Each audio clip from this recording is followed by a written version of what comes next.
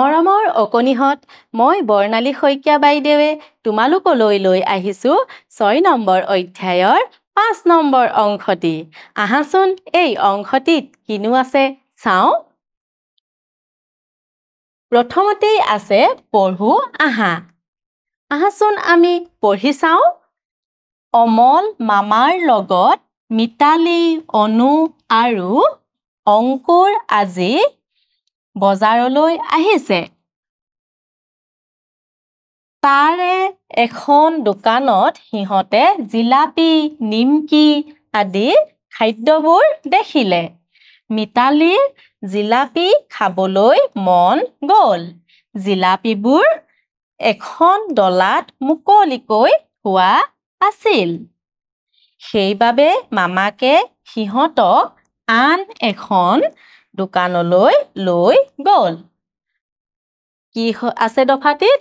অমল মামাৰ লগত মিতালী, অনু আৰু অংকুৰ আজি কলৈ গৈছে? বজাৰলৈ। আৰু তাৰে এখন দোকানত তাহাঁতি কি দেখিলে?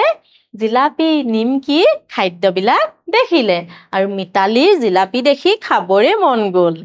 যেতিয়া দেখিলে যে জিলাপিবোৰ মুকলিকৈ থৈ দিয়া আছে, তেতিয়া মামাকে কি কৰিলে? সিহঁতক কলৈ লৈ গ'ল? বেলেগ এখন দোকানলৈ লৈ গ'ল। কিয় লৈ গ'ল? কাৰণ আমি মুকলিকৈ থোৱা বস্তু খাব নালাগে। এইবাৰ চাওঁ আহাচোন। তাত জিলাপি, লাৰু, পিঠা আদি খোৱা বস্তুবোৰ ধুনীয়াকৈ ঢাকি সজাই থোৱা আছিল। আমি ইয়াৰে পৰাই খাওঁ দিয়া, অংকুৰে মামাকক ক'লে। তাৰপিছত কি হ'ল? তাৰপিছত কি হ'ল? বেলেগ এখন দোকানলৈ গৈ দেখিলে খোৱা বস্তুবিলাক ধুনীয়াকৈ সজাই থোৱা আছে। আৰু তেতিয়া অংকুৰে মামাকক ক'লে যে আমি ইয়াৰ পৰাই খাওঁ দিয়া। তাৰপাছত কি হ'ল চাওঁ আহা। আন এখন দোকানত সিহঁতে কেইটামান ৰঙীন মাটিৰ পুতলা দেখিলে। পুতলাকেইটাৰ গাত একোটাকৈ ফুটা আছে। তাৰপাছত অন্য এখন দোকানত তাহাঁতি কেইটামান ৰঙীন মাটিৰ পুতলা দেখিলে। আৰু পুতলাকেইটাৰ গাত একোটাকৈ কি আছে? ফুটা আছে। তাৰপাছত পঢ়ো আহাচোন। দোকানীজনে ক'লে যে ফুটাবোৰেৰে খুচুৰা পইচা সুমুৱাই থ'ব পাৰি। অমলৰ মামাকে সিহঁতক পুতলা কিনি দিলে। তেওঁ সিহঁতক ক'লে, এই পুতলা কেইটাত তোমালোকে পইচা জমা কৰিবা। অহাবাৰ পূজাত আমি সেই পইচাৰে সাধু কথাৰ কিতাপ আৰু পুতলা কিনিম। আৰু কি কৰিলে? অমলৰ মামাকে সিহঁতক সেই পুতলা এটা কিনি দিলে। আৰু ক'লে যে এই পুতলাটোতে তোমালোকে পইচা জমা কৰিবা। আৰু অহাবাৰ পূজাত আমি কি কিনিম বুলি কৈছে? সাধু কথাৰ কিতাপ আৰু পুতলা কিনিম বুলি ক'লে। এইবাৰ চাওঁ আহাচোন। শুদ্ধ উত্তৰত শুদ্ধ চিন দিওঁ আহা। ইয়াতে প্ৰশ্ন দি থোৱা আছে আৰু আমি উত্তৰত শুদ্ধ চিন দিম। এই খালী হৈ থকা বাকচকেইটাত যিটোতে শুদ্ধ হ'ব আমি তাতে এই শুদ্ধ চিনটো দিম। আহাচোন পঢ়ি চাওঁ। মিতালী, অনু আৰু অংকুৰ কলৈ গৈছিল? প্ৰথমতে আছে বিদ্যালয়লৈ, বজাৰলৈ, মেলালৈ, পূজালৈ। কলৈ গৈছিল বাৰু? বজাৰলৈ। গতিকে আমি শুদ্ধ চিনটো ক'ত দিম? ইয়াত। এইবাৰ চাওঁ আহা। মিতালীৰ কি খাবলৈ মন গৈছিল? জিলাপি, নিমকি, লাৰু, পিঠা। কি মন গৈছিল বাৰু? জিলাপি। গতিকে আমি ইয়াত শুদ্ধ চিনটো দিম। এইবাৰ চাওঁ আহাচোন। পুতলাবোৰৰ ভিতৰত পইচা জমা কৰিবলৈ কোনে কৈছিল? মিতালীয়ে, মামাকে, অংকুৰে, অনুৱে। কোনে কৈছিল বাৰু? মামাকে। গতিকে আমি মামাকে এই ঠাইতে শুদ্ধ চিনটো দিম। এইবাৰ লিখো আহা। ইয়াতে প্ৰশ্ন আছে আৰু উত্তৰসমূহ আমি লিখিম। তোমালোকেও লিখিবা। পঢ়াচোন পঢ়ি চাওঁ কিনো আছে তোমালোকে খুচুৰা পইচা ক'ত জমা কৰা উত্তৰটো আধা অংশ লিখি থোৱাই আছে তোমালোকে ভাবাচোন তোমালোকে ক'তনো জমা কৰা লিখিবা মই খুচুৰা পইচা জমা কৰোঁ এই খালী হৈ থকা ঠাই তোমালোকে নিজেই লিখিবা প্ৰথমতে ভাবি ল'বা ক'তনো জমা কৰা তাৰ পাছত ইয়াত শব্দটো লিখি দিবা ঠিক তেনেকৈ এইবাৰ চোৱা জমা কৰা পইচাৰে তুমি কি কি কৰিবা ইয়াতো একে ধৰণেৰে তোমালোকে লিখিবা জমা কৰা পইচাৰে মই কি কৰা বস্তু কিনা নে থৈ দিয়া সেই কথাখিনি ইয়াত কিনিবা বা কি বস্তুনো কিনা ইয়াত লিখিবা এইবাৰ চাওঁ আহা পঢ়ো আহা সাৱলীল পঠন আহাচোন পঢ়ো তোমালোকৰ ঘৰৰ মানুহবোৰে বাৰু তোমালোকে কি খোৱা কি নোখোৱা সেইবোৰ বুজি পায় কিন্তু তোমালোকে লোকৰ ঘৰলৈ গ'লে কি হ'ব সেই ঘৰৰ মাহীয়েৰা জেঠায়েৰাই কিমান হেপাহেৰে তোমালোকক খোৱাবলৈ ৰন্ধা বঢ়া কৰিব আৰু খোৱাৰ পাতত বহি তোমালোকে ইটো নাখাওঁ সিটো নাখাওঁ কৰিবা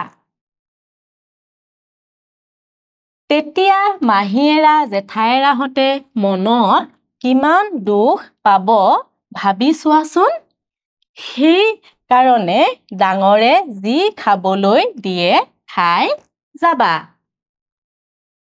এই দফাটো তোমালোকে সাৱলীলভাৱে শুদ্ধ উচ্চাৰণেৰে 60 ছেকেণ্ডৰ ভিতৰত মানে 1 মিনিটৰ ভিতৰত পঢ়িবলৈ যত্ন কৰিবা এইবাৰ চাওঁ আহা যতি চিহ্নৰ বিষয়ে জানো আহা আহাচোন কিনো আছে চাওঁ কমা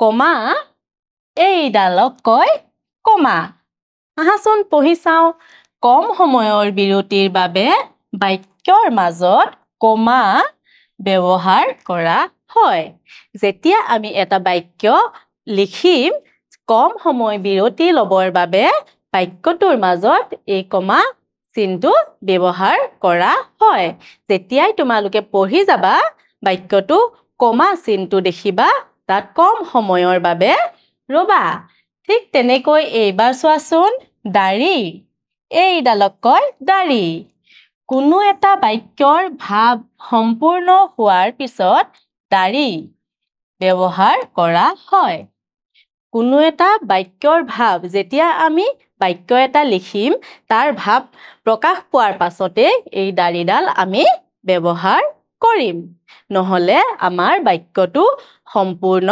নহব ঠিক তেনেকৈ প্ৰশ্নবোধক চিন এইডাল হ'ল প্ৰশ্নবোধক চিন প্ৰশ্ন সুধিবলৈ বাক্যৰ শেষত প্ৰশ্নবোধক চিন এইডাল দেখিছানে ব্যৱহাৰ কৰা হয় যেতিয়া আমি যিকোনো এটা প্ৰশ্ন সুধিম তেতিয়া প্ৰশ্ন সুধিবলৈ বাক্যটোৰ শেষত এই চিনডাল প্ৰশ্নবোধক চিনডাল ব্যৱহাৰ কৰিম যেনেকৈ ধৰি লোৱা তোমাৰ নাম কি তোমাৰ ঘৰ ক'ত তুমি কি খাই ভাল পোৱা এনেকুৱা ধৰণৰ যিসমূহ প্ৰশ্ন সোধে সেই প্ৰশ্ন সোধা বাক্যসমূহৰ শেষত এই প্ৰশ্নবোধক চিনডাল লিখা হয় এইবাৰ চাওঁ আহাচোন সঠিক ঠাইত যতি চিহ্ন বহুৱাও আহা ইয়াতে আমাৰ বাক্য দি থোৱা আছে কিন্তু চোৱাচোন বাক্যটোত কতো যতি চিহ্ন ব্যৱহাৰ হৈ থকা নাই আৰু যতি চিহ্নৰ ব্যৱহাৰ হৈ থকা নাই বাবে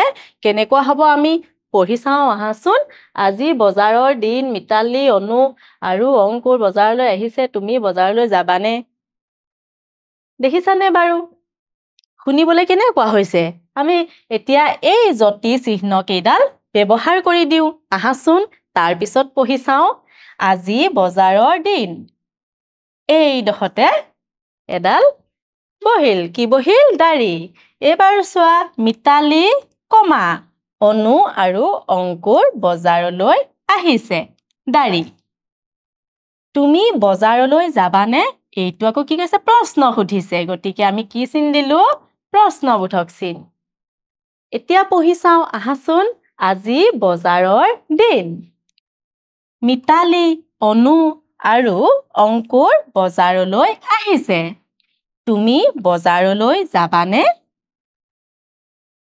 এইবাৰ চাও আহা তলৰ বাক্য শাৰীত কি যতি চিহ্ন ব্যৱহাৰ হ'ব তোমাৰ নাম কি কি ব্যৱহাৰ হ'ব বাৰু এইটো যেহেতু প্ৰশ্ন সুধিছে গতিকে আমি কি ব্যৱহাৰ কৰিম প্ৰশ্নবোধক চিন ব্যৱহাৰ কৰিম এইবাৰ চাও আহাচোন তলৰ বাক্য শাৰীত কি যতি চিহ্ন ব্যৱহাৰ হ'ব মই পুতলা ভাল পাওঁ ইয়াত এটা বাক্যৰ ভাৱ প্ৰকাশ পাইছে গতিকে কি হ'ব ইয়াত দাড়ি মৰমৰ অকনিহত আশা কৰিছো তোমালোকে বুজি পালা আগন্তুক দিনত এটি নতুন অংশলৈ পুনৰ আহিম ধন্যবাদ